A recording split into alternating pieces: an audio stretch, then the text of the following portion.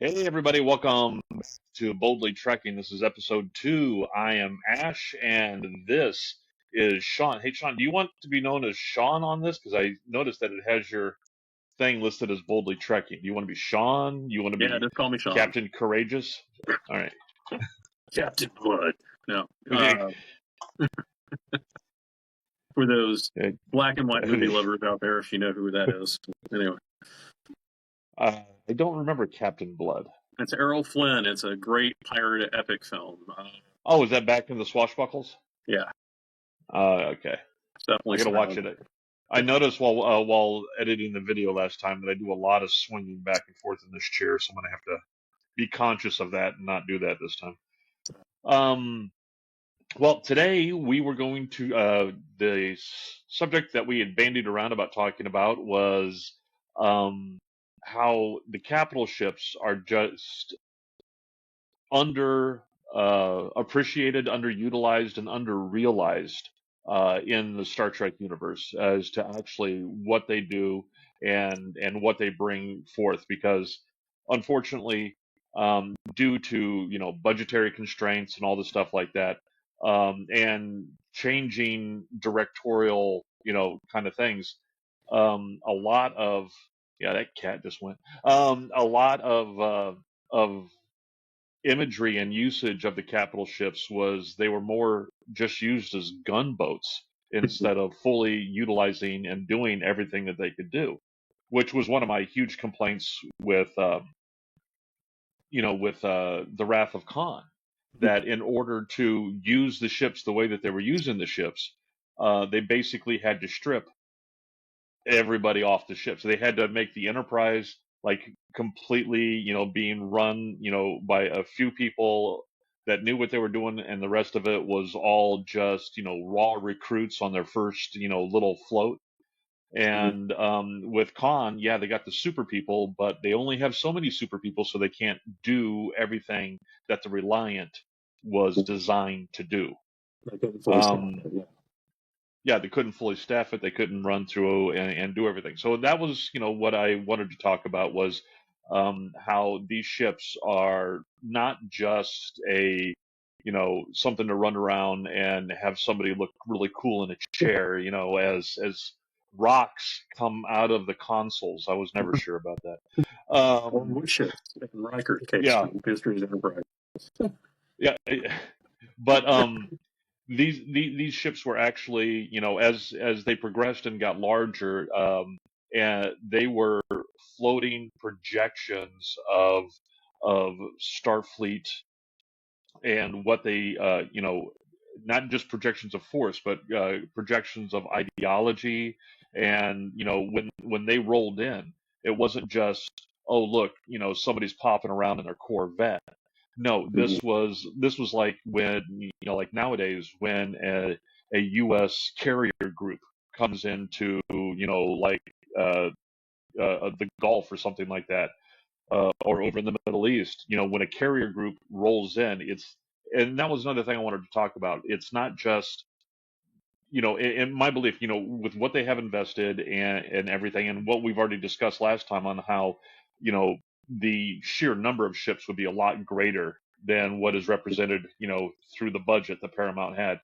Um, I think that, much like when, one of those aircraft carriers roll through, it is not a singular vessel. It is a part of a task force with all different kinds of smaller vessels that fill different roles. And I think that would also be the case, if you come rolling in the big daddy capital ship, whether it be the B, the C, the D, or whatever, you're going to be completely flanked with Akiras and Steam Runners and Defiance and bringing it on down to smaller vessels, like the Oberth and, just general freighters and shuttles. I mean, it's going to be a huge, busy hornet's nest of all different kinds of things. And one thing that I always thought, because the way that they represented um, the the accuracy and acuity of their sensors. I mean, when you can tell when a gnat farts 3 light years away. All right. but yet somehow stuff still seems to slip through. I always thought it made more sense where perhaps their sensors are more of of accuracy, good accuracy within, like a system or a part of a system or within a couple light minutes. Um, but after that, you would probably, in my head canon, have Mhm. these auxiliary ships that are out there doing running patrols and stuff like that. That's where you'd be getting your data from, and that's how you would know, oh, something's happening over here because this Nova class just went by as it was making sure everything was okay with the sunspots, and that's how we noticed that there's some weird probe in the corona of the sun, is because that ship was there and then went ahead and radioed back with subspace. That's my head canon on how it makes more sense. I understand,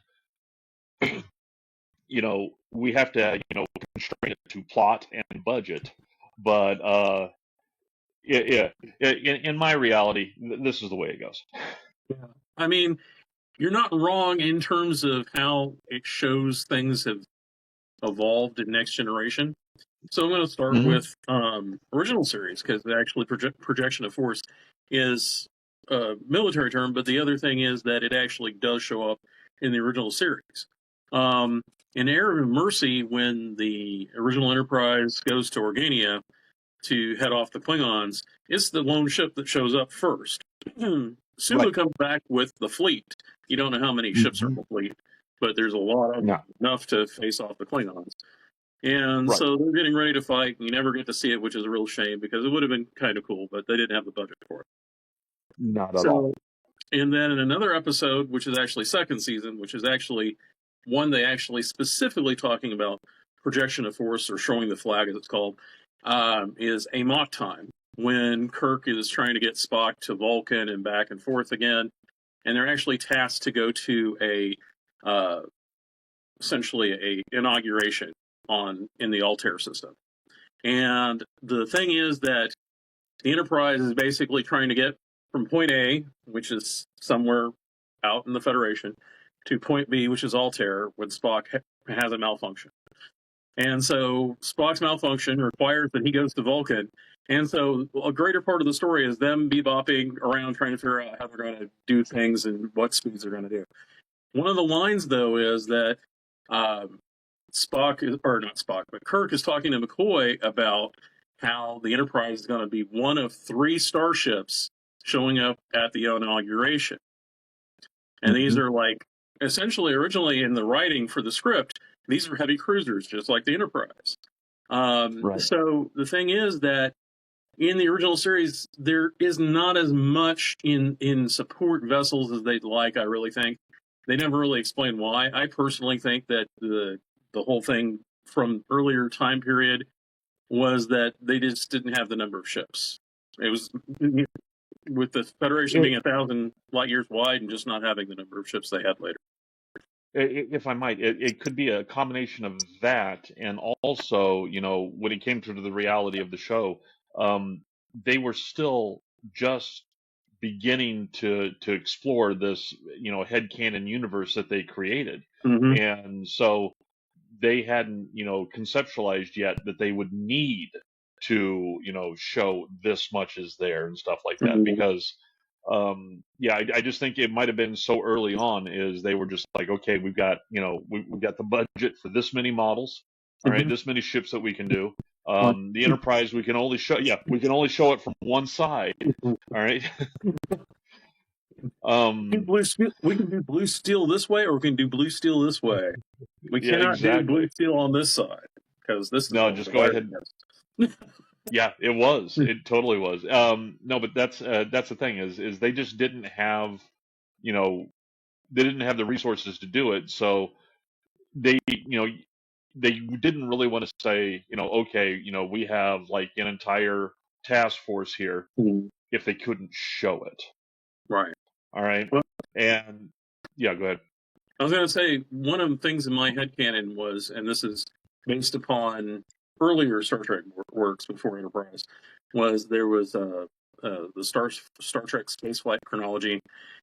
There was also the Facet works, being the 4 Years' War, which spelled out this conflict the Federation had before the original series, which involved, the Klingons and the Federation. The Romulans. Well, actually, the Klingons and the Federation. It was the 4 Years' War was a battle where Axanar was the focus point, and essentially was resolved by Starfleet cutting off the Klingon Empire, and the order was reassociated, and that's what led to Iron of Mercy, because they kicked the Klingons back to the edge where they were at.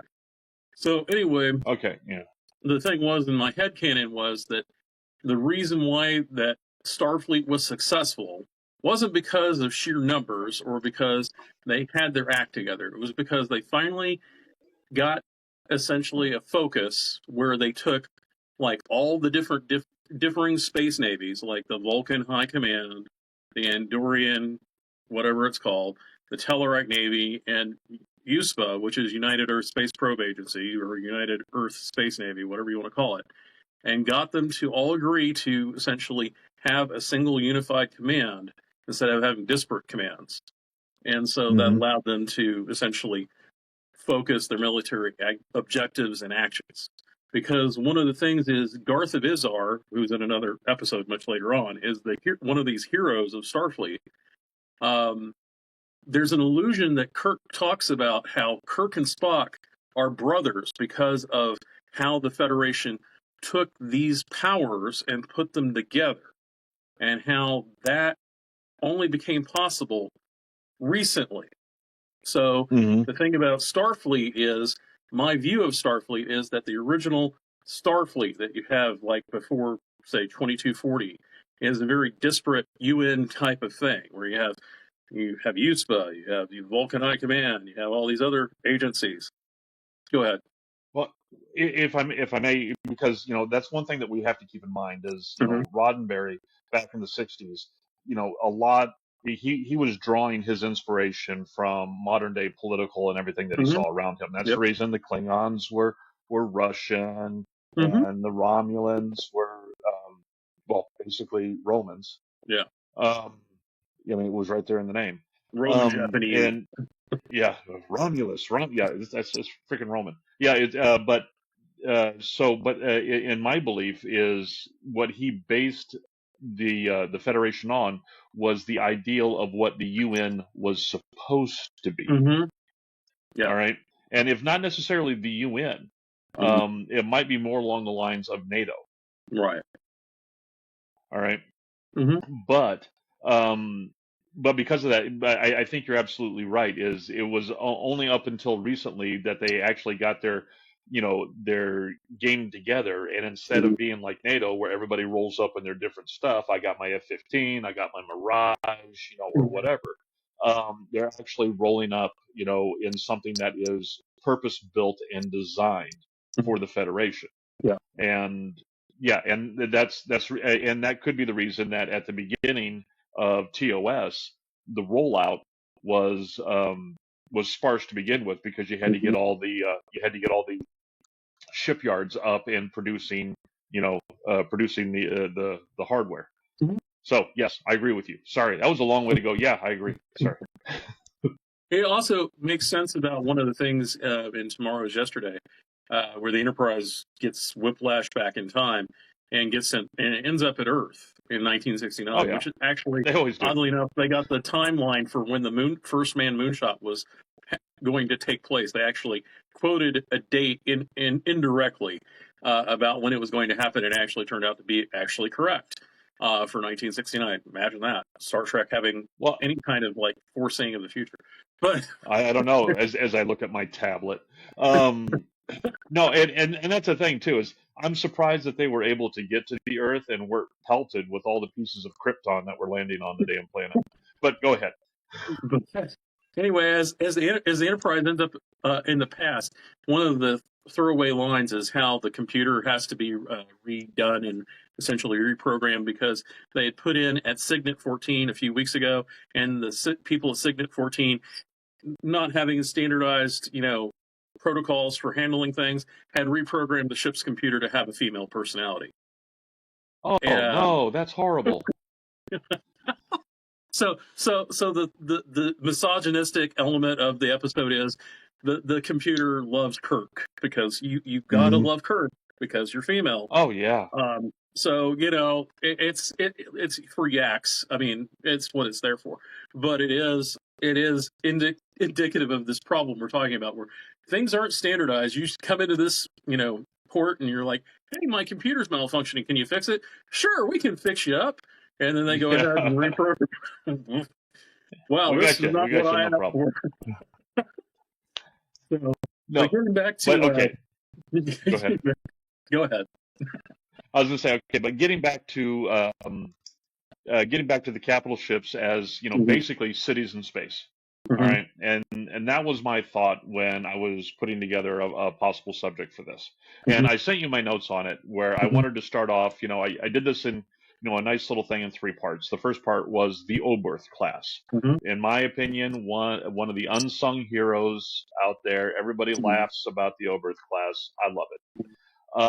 But the thing is, it's often dismissed as fragile, but it was actually designed to go into areas and do sensor sweeps and testing in areas that were very hostile, just in the Mhm. very fabric of space, what was going on. So there was that, and the fact that it was also extremely modular. Mhm. That canoe section on the bottom, as we all know, and everybody's like, well, how do you get down there? If because the people who tear apart the ships, they will always go, okay, if it's this size that they said it was, and then those nacelles that come down, no, not those pylons that come down to the Mhm. canoe, those are too thin in order to fit a turbo lift. All Mhm. right. And so then there's a whole thing of site to site transport and all this stuff like that. And you're only going down there if you have to, work on something. But that whole canoe section is modular of what it could hold and what it could do down there, the Mhm. sensors, the probes. And you sent over to me a some pictures that you downloaded. Let me Yeah. get them. Like okay, let's start off here.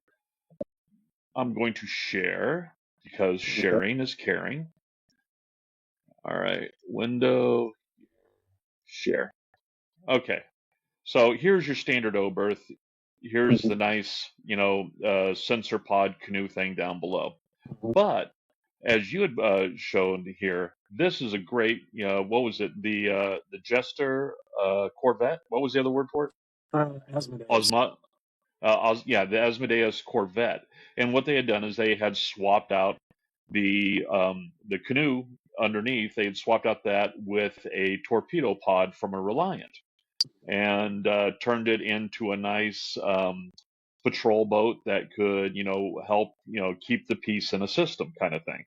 And to tell you the truth, if I was running some Romulan ale and this came up behind me, I'd shit a triple. Uh, It definitely but has a lot more teeth than the standard Oberth. So yes, yeah. Well, the standard Oberth basically only came with one phaser and I believe a backward firing torpedo. I think it actually just had I think it had a probe launcher. Because Well, it essentially, had a probe launcher out the back, but you could swap out the probes for torpedoes. I don't know if it actually had actual photon torpedoes. I actually only recall it ever having probes. So All I'm saying is if you're a captain worth your salt, all right, uh-huh. you're gonna have a couple torpedoes stored down there just in case you need them. All right. They might They fell off a Ferengi ship. All right. You picked them up and you're keeping them safe. All right. they might have had nukes. I will give you nukes. I will let you have nukes. Um, I love how nukes is the lesser evil. well, yeah, I mean, considering you could have like a tricobalt bomb that would be like 690 megatons, no big deal. It's just a flight Nothing. plan. Yeah, yeah. Radiation. We got pills for that. Considering the Intrepid had the tricobalt torpedoes or whatever, whenever they first Mhm. launched for the Voyager episode, Caretaker. But Yeah, yeah, the I very mean, the first thing one. is Yeah. that the thing about the Oberth that's kind of funny is that in terms of design, It is the Swiss Army knife. I'm stealing your line that you used before. The Swiss Army knife of Starfleet ships. It is readily capable. Has a lot of features. It can be used and swapped out for. Go ahead. Right. But it's like the smaller Swiss Army knife Right. because, as we'll see later on here when we talk about the Miranda, Uh-huh. there's some larger Swiss Army knives out there. Uh-huh. That's more of a Swiss Army dirk or a Well, Swiss Army if hand and a you half. if you want to do a Paramount property, we might as well do the whole thing with Crocodile Dundee. You think that's a knife, laddie? This is a Oh, knife. this is a knife. So, Now, yeah, the Oberth is now, like the blade is this long, and it has all the attachments, but it's not going to do much of anything if you're really in a no, it's major not. fight. I mean, what was it on one forum page? I think it was on Facebook. You and I are on. Mhm. Somebody had posted up a design schematic of the Oberth, and for some stupid reason uh, had a God, what are that called where you keep the trees at? Arboretum. Uh, Arboretum. Arboretum. Thank you. I keep on wanting to go oubliette, but no, that's not it. Yeah, the Arboretum. Uh, Here's your they had page. an Arboretum down in the down in the canoe section, like the Mhm. Arboretum was all bonsai trees or something.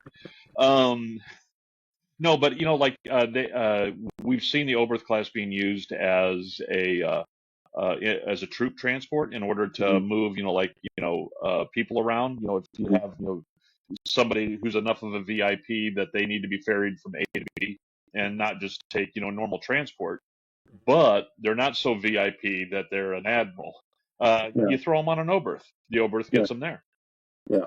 Yeah, they've been used for that. They're definitely used for science. They're used for test beds, and we even saw them at Wolf 59, Oh, 359. yeah. Poor, Yeah. I don't remember the name of the ship. It basically ends up getting cut in half, if I remember correctly, Oh beginning yeah, of, in the beginning of yeah. The Deep Space Nine. It goes by the window real fast as it gets chopped. Well, the other thing that's kind of interesting about the Oberth is it's kind of part and parcel to some of the size problems and that shows up in Star Trek 3. So here's the thing about starships. If you think you know the stated scale or size of a ship, you often are going to be wrong. very Um, much, yeah. so the thing is that if you look at the Oberth, generally most people are it's 120 meters long.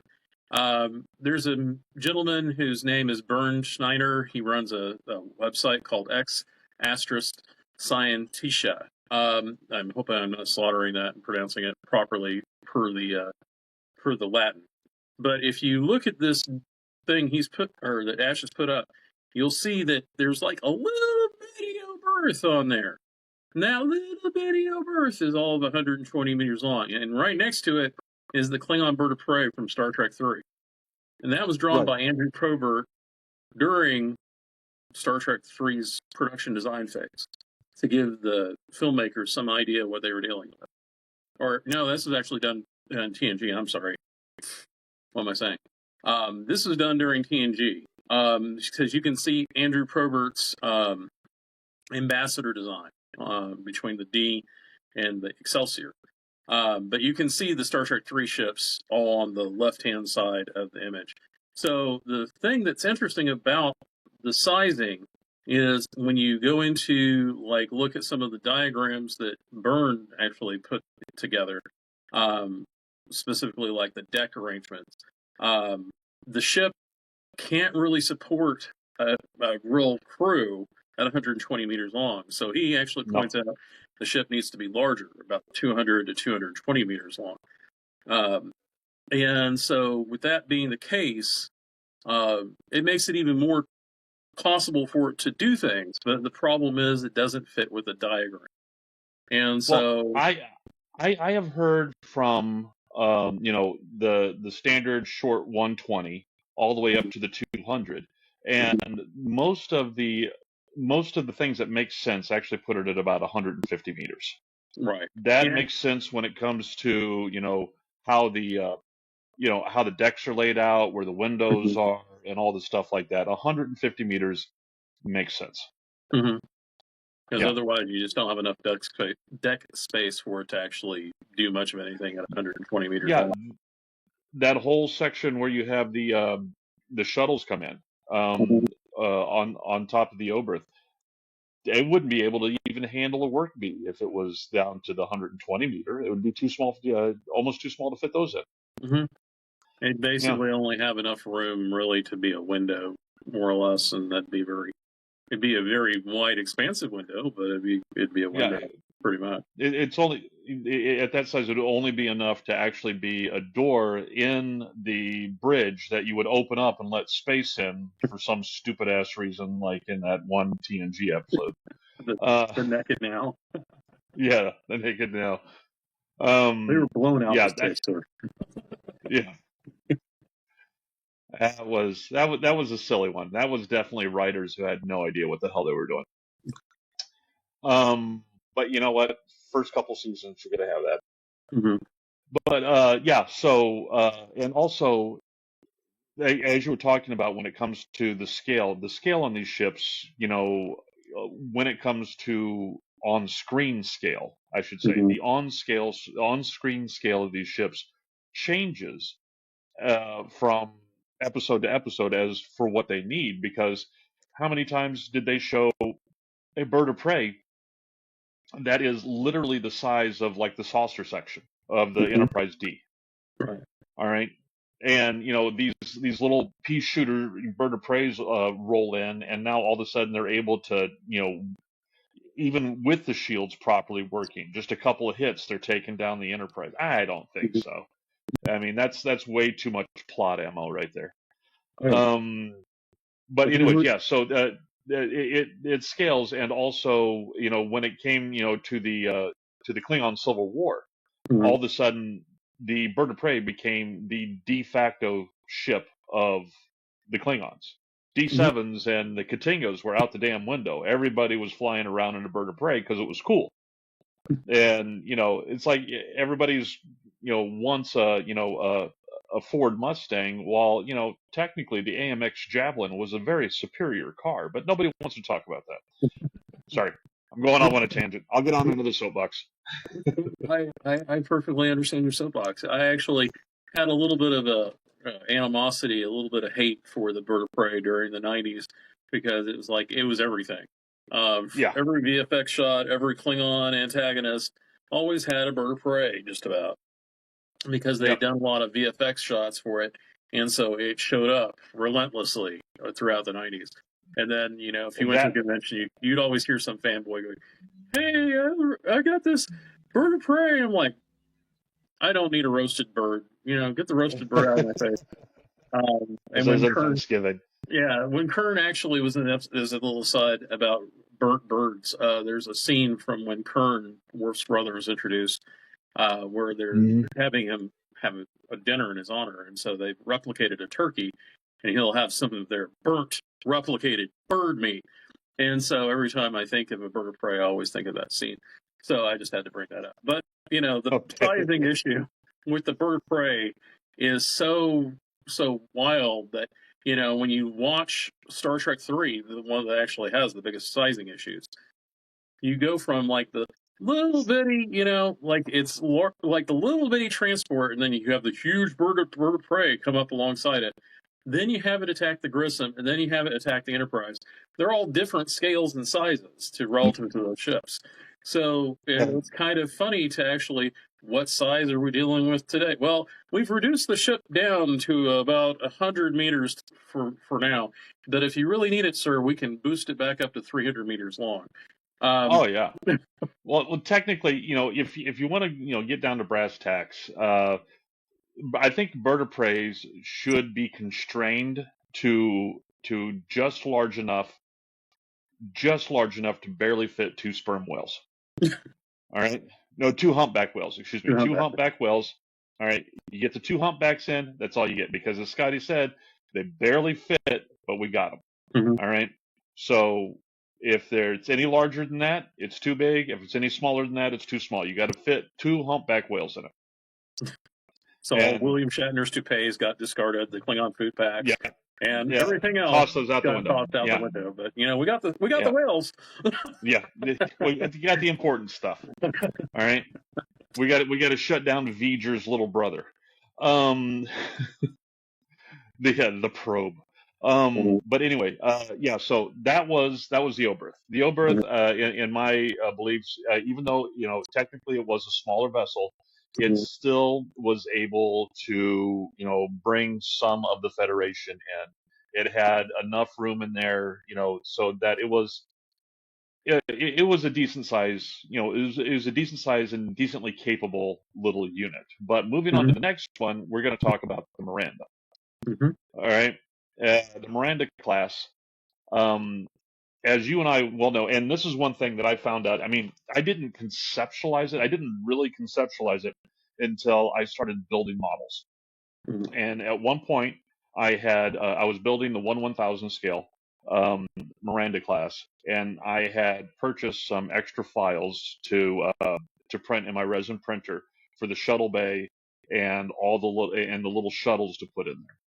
And it was at that point that I'm putting that together, two shuttle bays, and putting it all in there and realizing that's just what you can see. It doesn't include where it wraps around and U shapes inside. There's a lot more going on in this Miranda than what we've been led to believe. Yeah. And from there, I started downloading, the blueprints offline and looking at it. And that's a pocket carrier. That's what that bad boy is right there. That is, that's like, the British carrier that they sent to the Falklands. I mean, it may not be a bad boy, I mean, a big boy, but it's definitely, it's got the birds on board and it will take care of business. Yeah. And that was, Yeah. Go ahead. I'm sorry. go ahead. No, go ahead. I was going to say that one of the things about the Miranda is that many people have done like volume studies and volumetric studies of the design of the Miranda and how much space is on board the Miranda. It actually Yep. outdoes the Constitution or Connie 2 easily The at a refed point or where, the A. Yep. yeah, it doesn't. Yeah, It makes no and the difference. thing is, the thing is not only does it have more cubic volume, than the Constitution class refit, but it has more internal volume that's better laid out. Yeah. All right. So in my opinion, it's more useful volume. Yeah. It's actually a funny thing because the design of the Miranda of the Reliant effectively only came about because Harv Bennett didn't want the Enterprise to be facing off a sister ship Right. in Wrath of Khan. So they basically came up with something that was derivative of the Enterprise. It has a lot of the features the Enterprise has. It has more photon torpedo launchers. It actually, in its original incarnation, if people aren't aware, I don't know if you got a photo. I forgot to get a photo of this. The original orientation of the Reliant is upside down, and it has two sets of photon torpedo launchers on pods instead of like what people call megaphasers.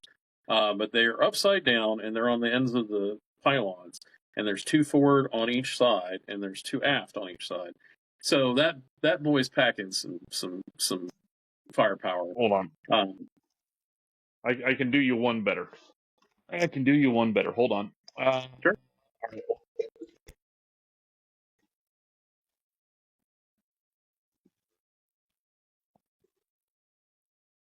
Here we go. Yeah, just basically flip it upside down, and where the little knobs are on the end of the pylons. Well, no, those knobs were right here. Yeah, but on the original blueprint, it was upside down, so the pods are right. on the bottom. And so, yeah, and that's the funny thing is originally the Constitution class Enterprise, the original drawing had that the other way where these were on the bottom, and when it got sent for approval, he had the drawing upside down and said, "Yeah, that looks good," and that was the exact opposite of what happened on this one. Yeah, they both got reversed. Or inverted. But the thing that also is kind of comical about it is that with the Miranda being the ship that it is, for the job that it was sent out to do, which was to survey and explore sites for the Genesis device, it's packed with a lot of firepower. It has the same number of phasers that the Enterprise has. It has more photons than the Enterprise has, and it has more volume, and it has the larger shuttle bays. So it is like a pocket carrier. It's like a stripped down. If you were to take it into combat scenario, yeah, you could easily have more people on board. You could have effectively, if you had Federation troops on board, you could use it as a ship to have people use it as an assault ship, and whatnot. So yeah, I mean, it's a very versatile little ship. One of the other things that's kind of funny about the design of the Miranda, and I wanted to point this out, was that it has been remodularized to the point where there are so many derivative design ships off of it. Like the Soyuz class came before the Miranda, apparently, but it has a whole bunch of add-on features to the model that weren't on the original Miranda Reliant model. Yeah. And then you have, like Fandom has gone ahead and created modifications of it as well. So there's there's the Avenger class, there's the Nox, and what was the other one that's popular? I think it's Titanic. No, it's not Titanic. But anyway, Nox is like a chopped version of the back end of the ship. What was the one Kelsey Grammer was in? That was the Soyuz class. Was that the Soyuz one? Okay. Yeah, that's the Soyuz class. So, like, the design came out in 1982, but everybody extrapolated other designs off of it. So there's the Coventry class, which is one of my favorite ones for like pre, TNG coming out with a design where it was, essentially a TOS version of the Miranda. And then, people have come out with, extrapolations of the design later. And now you have like in the Star Trek Next Generation and in like the Star Trek online game, there's modified versions that actually are like refitted Star Trek Next Generation and whatnot designs of it. So it's kind of funny to see how modular they are, but it's also kind of humorous to see how people's imaginations go with it, and you end up with all sorts of different developments or evolutions of the design going forward. And the only thing I wish, and this is something that I've often complained about because, I lived a bitch. But one of the things that I've often complained about is that there's so much, especially when you look at the FOSSA stuff, there's so much where all they did was just change a nacelle over here, or move something over here. Now it's a completely different class. I mean, I wish there was more variety in them, and that was one of the things that made the Miranda stand out from the Constitution class, was the fact that it was a distinctive, and that was one of the things that they wanted, was when you looked at them in silhouette, you could tell them apart from silhouettes. And a lot of those derivations out there that people quibble over, you couldn't, on a. I remember back when I was a kid, living on military bases, we used to get stuff from our dads all the time, and one of the things was enemy ID poker, cards, and there would be every card would have a different silhouette of a different enemy vehicle, so that you could learn the different vehicles by their silhouettes, for identification. A lot of stuff out there for Starfleet, you would need not those cards. You need something else to tell them apart, because those cards are not enough, because they're too much alike. I mean, you can tell the Nova class from a steam runner and stuff like that. Those are distinct. But when it comes to the FOSSA ships, there's not enough distinction there to appeal to me. But that's just me. I will say that this brings up actually a point. One of the things in the Navy is that there are so many. You can sell the 7 Seas in the Navy. Yeah, I know. I had good reference, good catch there. What I was going to say is that the Navy has so many ship designs that are very similar to one another. I mean, to the layman, you wouldn't be able to know the difference because, what's the difference between this class and this class and this class? Well, the placement of the tower versus the length of the flight deck, the type of flight deck, and, whether the hull, has this type of angle or this type of angle. What There's a the rake variety of is. different Yeah. things. Yeah, if you're just glancing at it and you don't know anything about it, you probably go, oh, it looks all the same to me. But then that ideology, that thought process. Think about, this is not saying in support of FASA, but, if you look at Starfleet and starships in it, um, the Enterprise is a Constitution class starship. It's a Starship class starship, if you want to get really brass tacks to the back to when the series was originally created. But the Constellation, getting to it just for a moment, was an AMT model, and the inaccuracies in the AMT model are huge. I mean, that you cannot say, okay, this is exactly the same. The lines don't match up, however you want to do it.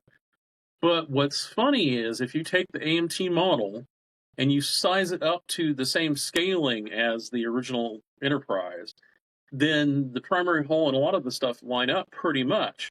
But it's like it's a different class of ship.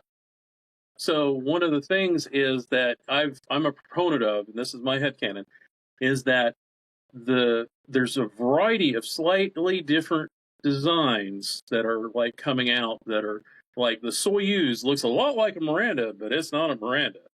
And then you have the Yeah. Miranda. It's Yeah, iterative. yeah, Iterative. yeah. Yeah. And so you end up with variations on a theme. And so I think that the budget aspect of making a TV show kind of comes into this. You got lack of budget. You don't have the money to make a new ship of the week, supposedly. And then you're going to have how are you going to display these ships? Well, I'm going to just change the name on the hull. I'm going to put new digits on it and whatnot. That's Yeah. generally how it's done. But New livery. right. But you might end up with variations on a theme. The Miranda in one section of the galaxy may be a completely different design than another Miranda in another section of the galaxy. Or And that's another thing, coming out of different shipyards. Yeah. All right. And I fully agree with that. I mean, even during World War II, the different pilots, they could tell, oh, did this plane come out of Seattle, or was this plane built in Wichita? This one, the ones in Wichita, they can't handle hills, but man, they can take a side wind.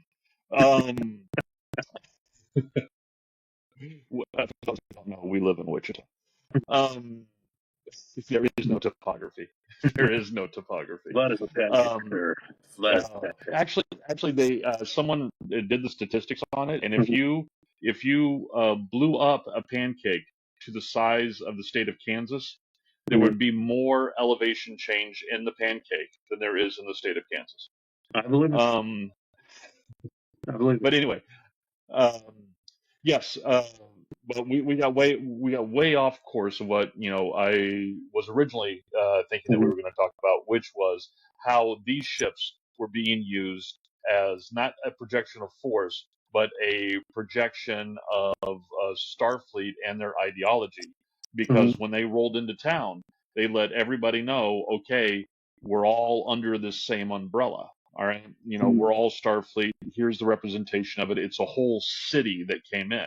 And when the Oberth rolled in, it was a small town that rolled in. Maybe a village. When the Miranda class rolled in, that was a good sized town that came in. But later on, when the task force surrounding the Galaxy classes rolled in, that's when you had basically an entire, if not city state that rolled in, where that fleet, basically the fleet captain or the fleet admiral, whoever is in charge of the whole task force, that is going to be that is going to be commander in chief. That is going to be judge, jury, and executioner. He or she is everything when it comes to that city rolling in.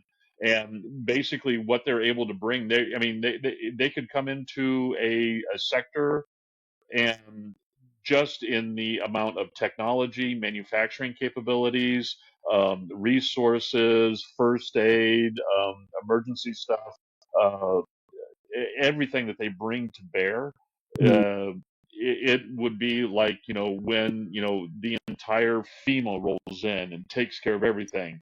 Uh, Theoretically, we won't get into politics right now, but no.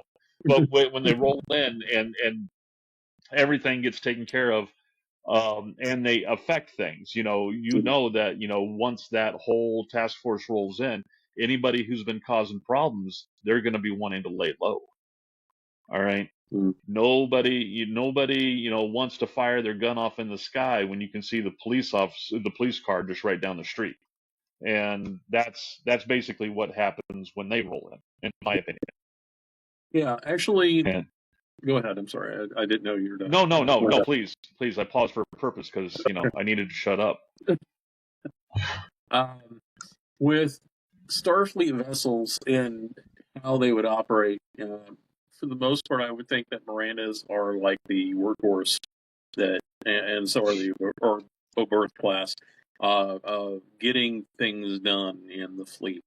They're easily built, they're easily maintained, they get around, they get to where they need to go. They have a set, speed value that they could be depended on to arrive by a certain point. Hey, from point A to point B, we talked about last week, how long it would take a ship to get from places to places. Right. And so, they're dependable. They have a low FOB, frequency of operational breakdown. They are the Sherman tanks. Yeah. They may not be the prettiest starships ever created, but they sure can get it done. And in the case of like Miranda's, in a lot of cases, they can dish it out too. Exactly. So it's one of those things where they may not be the highlight of anybody's Starfleet career necessarily, especially if you're on a freighter. But it gets the job done, and you're able to help people, which is what one of Starfleet's major credos is.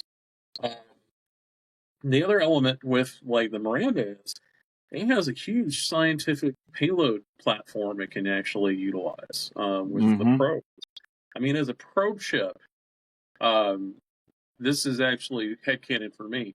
I think that Starfleet would be really into probes and into drones because you don't really want to just have your ships going to every single star system as it goes.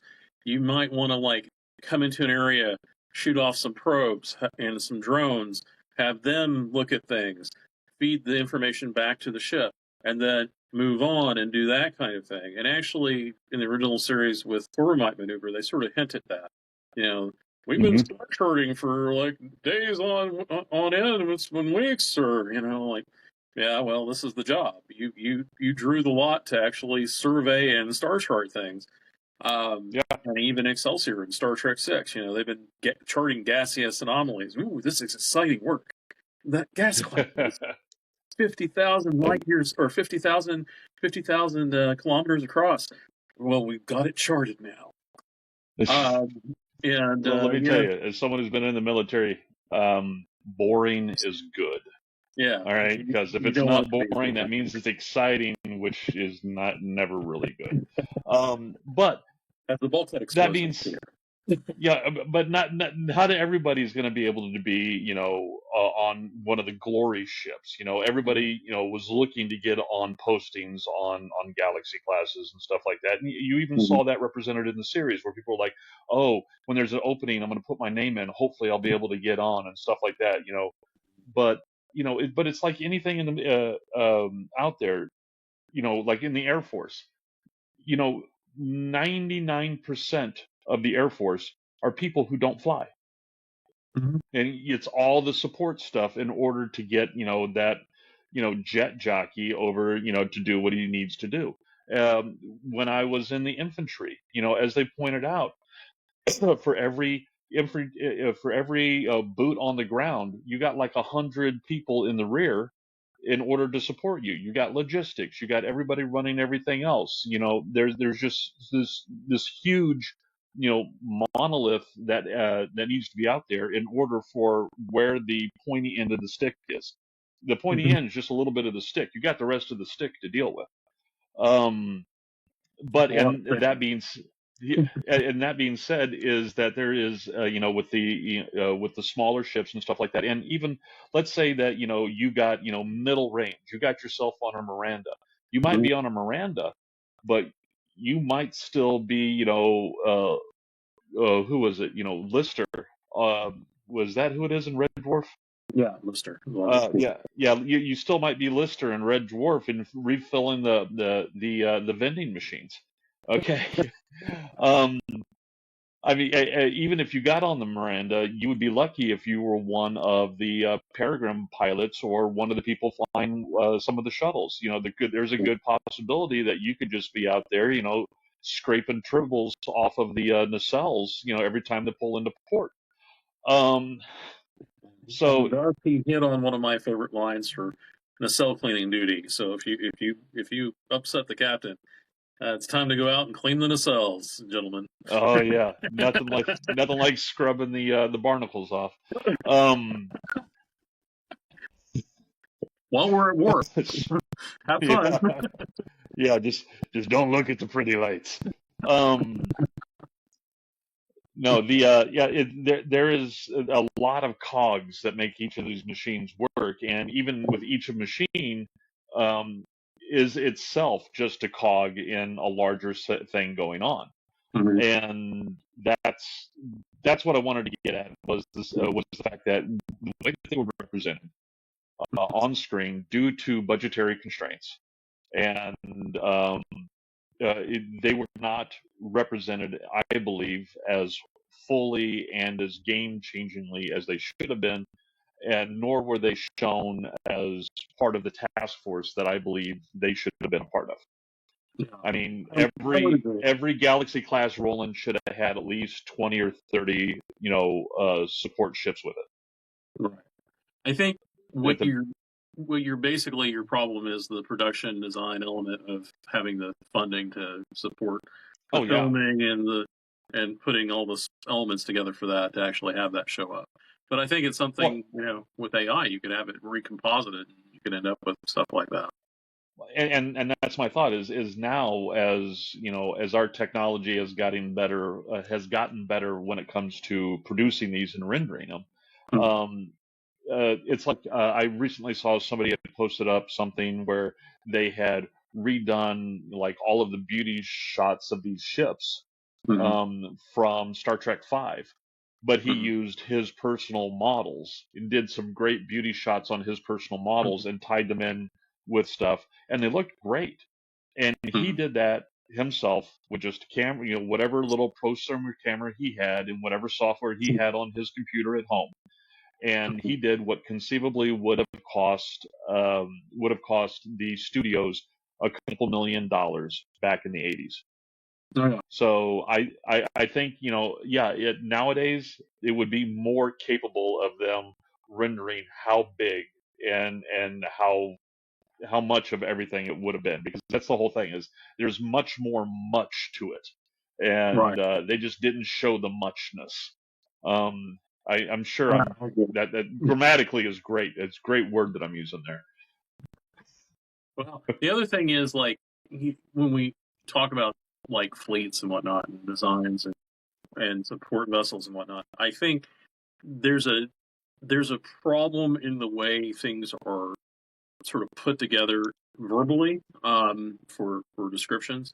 Like Deep Space Nine, with its Dominion War, talks about the Galaxy wing of ships would be a lot more than just 3 or 4 Galaxy class starships. A wing is a much larger number of vessels. Um, and we're not even using Navy terminology because when you get into wings, that's Air That's Air Force. Force. Yeah. Yeah, not Navy. Navy would have been flotilla or group or task force. Um, Right. and so we're mixing and mashing things, I guess, as need be. But one of the things, and this is actually getting into one of our joint enjoyment and little things we both have discussed.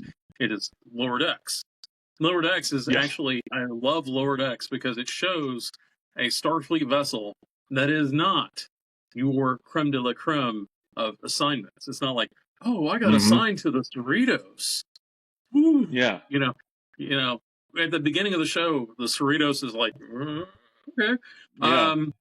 But at the same time, it really shows you the nuts and bolts of how things work in Starfleet. Um, the crew are presented in a comedic kind of almost Rick and Morty kind of way, but they are realistic to the work that they have to do. They may not be Right. pleasant, they may not be nice, but they deal with these issues on a day-to-day basis, and they go from point A to point B doing these jobs. Starships, for the most part, in my opinion, in terms of how Starfleet would work, mostly have day-to-day jobs of ferrying stuff from point A to point B, uh, doing stellar surveys, doing the grunt work. How many sectors have we charted today, sir or lieutenant? Well, we surveyed 30. We still have another Mm-hmm. 20 today that we're going to be looking at. And so on and so forth. It may not be the most exciting thing to look at, and that's why we don't hear a lot of that in the narrative. Yep. But then somebody has to do the work. I mean, you don't get the Master and Commander movie with all the ships doing the same thing that Master Commander does. You have Right. other support vessels doing other work to get that to that point. Is what I'm And trying that's to say. also the reason that a lot of those episodes, those what they showed on screen, because they needed, the drama, Mm-hmm. all right. They needed to have their basically, what Star Trek was Right. it was a moral plays, Mm-hmm. all right. And in order to have their little moral plays, and you see them all the time. Well, we're over here, bringing supplies over, and then this happened, or Mm-hmm. we're over here, and we're going to go ahead. We're on our way to do a mapping, but wait, this happened. It's always what they were doing getting Mm-hmm. interrupted, Right. and yeah, I think they showed that. But one other thing I wanted to bring up really quick before we tie everything up here Mm-hmm. is I was going to point out the simple fact, like one of the things that always holds me back from this envisionment that I have of you know of all these fleets of ships out there, all the hundreds of thousands of ships that we talked about, um, was being able to build them. All right, getting all those supplies. Mm-hmm. But I think what a lot of us are not taking into account is the sheer mass of mineable supplies that are out there in space. They've already talked about here now in reality of Mm-hmm. mapping out asteroids out there, that just one asteroid has more rare earth elements and more palladium elements and all the stuff like that than have ever been mined on Earth. Mm-hmm. And just being able to get all that out of one asteroid, and then you multiply that by however many that we don't even have a good number. We have estimates. We have good estimates of how many of them are out there. But once you take all those into account and realize that they have they have an ability to actually mine those in space and get the materials they need, and just automate that from mining. You can have one guy running all of his droids and mining out the asteroid. That's my plane. Damn plane jumpers. Pew pew. Anyway, and go from him or them or whatever all the way through, and through the production line, and get it out the other end through the DS9, through the processing. All right, and then out, because that's what DS9 was. Mm-hmm. DS9 was an ore processing Factory. facility. Yeah. Right. Yeah. So that's where your central hub of bringing it into is. And then, the semi-finished products go out and then go to where they're needed. And that's where you get the materials that you need for the replicators to use those raw materials in order to produce, your bulkheads and your seats and your consoles filled with rocks and wood chips and all the good stuff, the captain's chair that, never seems to have a freaking seatbelt, all these good things. Um, they can all be made with the products that they can get from, getting it from mining it in space. And then, just your luxury stuff, once you get up to the D, which is the floating, luxury hotel in the sky, that's when you have the wood trim. All right. But all the way back with the Connie and stuff like that. Nah, your desk is not wood trim. You're no. It's laminated, sir. Your desk is Yeah, laminated. What are you expecting wood no. for? I mean, come on. Somebody came in and painted, grain lines on it. That's what you have. You have grain line painted plastic. But now we Um, can have fireplaces in space. oh yeah, that's how we know that we've succeeded. You got your, yeah. I mean, there's some things I really like about Strange New Worlds, and some things I'm thinking, okay, you jumped the shark. You Yeah. jumped the shark on that one. And I think having that room in space, yeah, you jumped the shark on that one, guys. But okay, I just wanted to bring that up because I know that eventually somebody watches this and they're going to be like, well, how are they able to build all these ships you're talking about? It's all there, and as a matter of fact, it's much easier to get it to farm it in space than it is to bring those materials up the gravity well. Yeah. That is very much more energy intensive, escaping the gravity well. Once you get away from the gravity well, then the solar system is your oyster. Right. I mean, power intensive work is all against gravity because essentially the more gravity you have to work against to put stuff up into the space, the worse it's going to be. I mean, that's one of the reasons why I find, as a personal aside, the 2009 Star Trek movie kind of funny and kind of frustrating at the same time. Because why are we When they're building the building it on the Enterprise ground? on the ground? I mean, what was So he could sit there and look at it. All right, that was the whole reason. So he could sit there and look at it. It's all right. Riverside, Iowa. Okay, sure.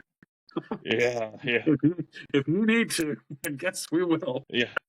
As if it did not make more sense to build them in Brazil or someplace right along the equator, so you can use that gravity assist to get out. No, let's build it in Iowa.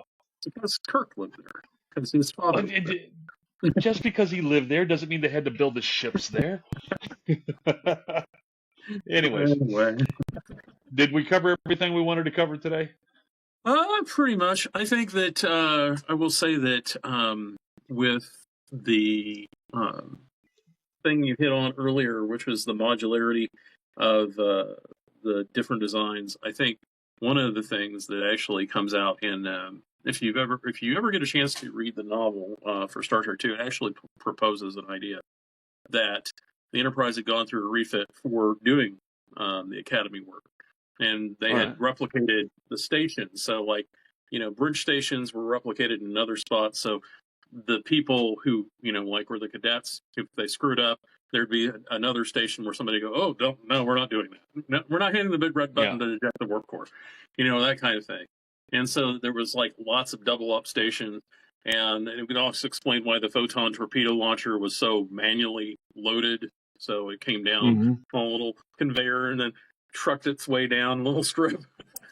Meanwhile, the captain's like, where's my torpedo? And, that kind of thing.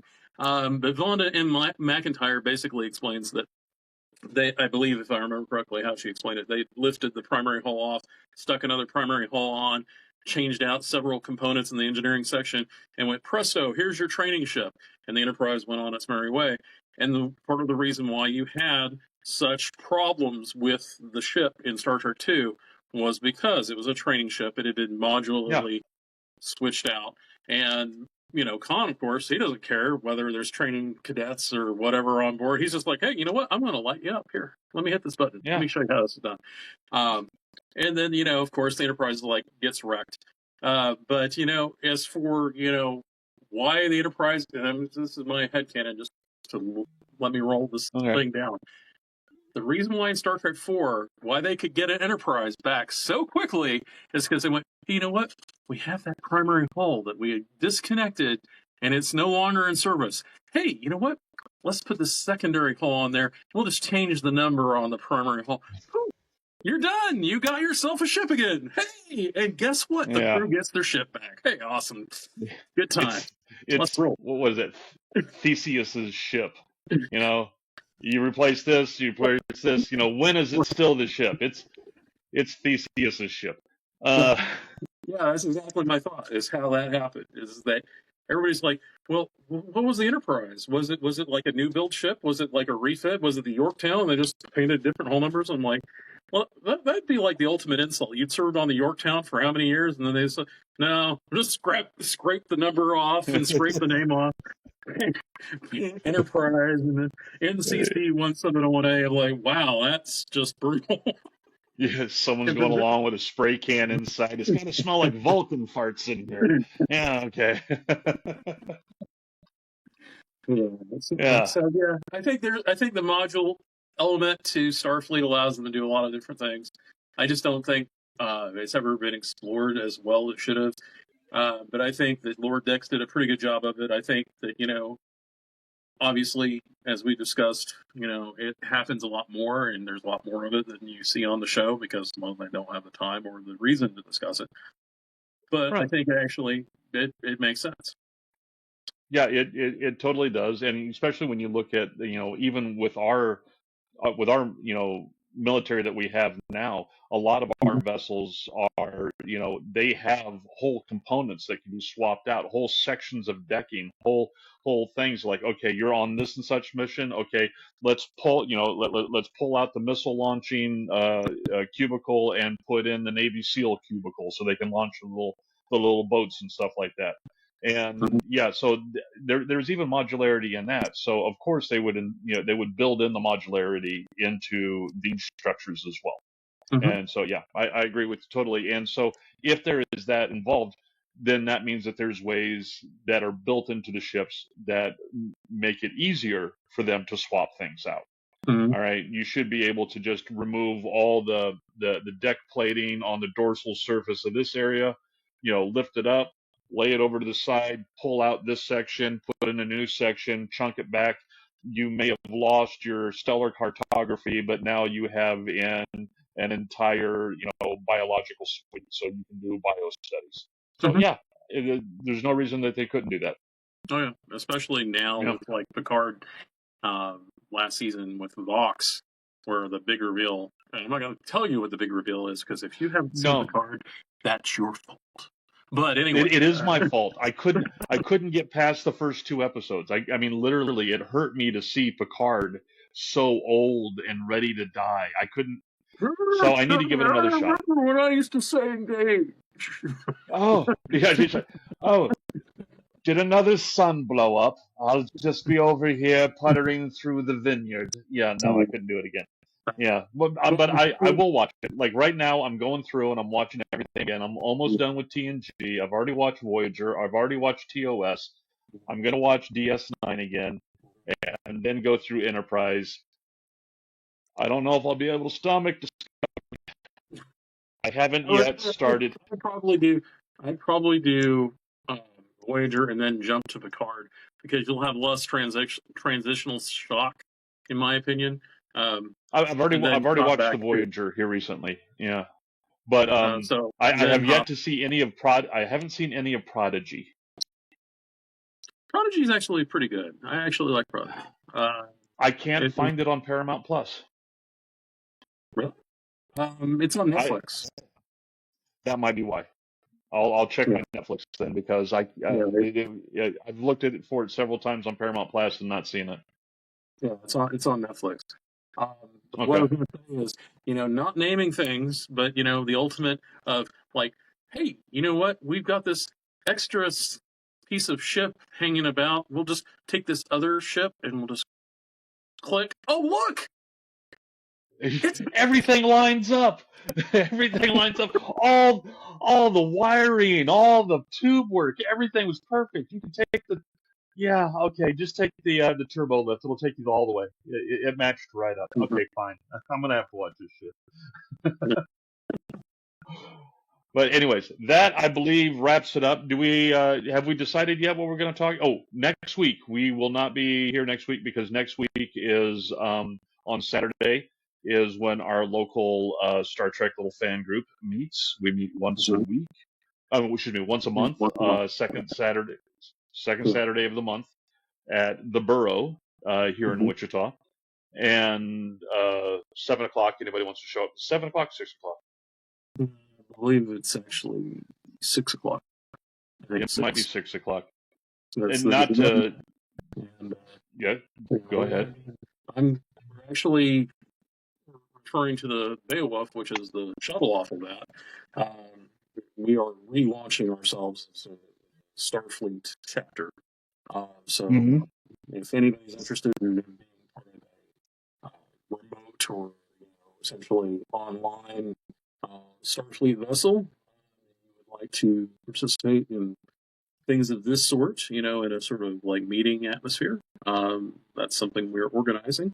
So that would be the Starship Beowulf off of the Jeanette Maddox. So come on out to the Jeanette Maddox meeting next Saturday, and if you want to talk to me about the Beowulf and you are feeling froggy, feel free to frog out. What we'll do is we'll make sure when we post this up to YouTube and to Twitch. No, No, TikTok. yeah, Twitch, TikTok. Yeah. Okay. A way to make it so the Americans can't see it. Anyway, when we post it up, we'll make sure in the description to put the contact information for the Beowulf. That way, excuse me. Oh God, I couldn't hit the mute button fast enough.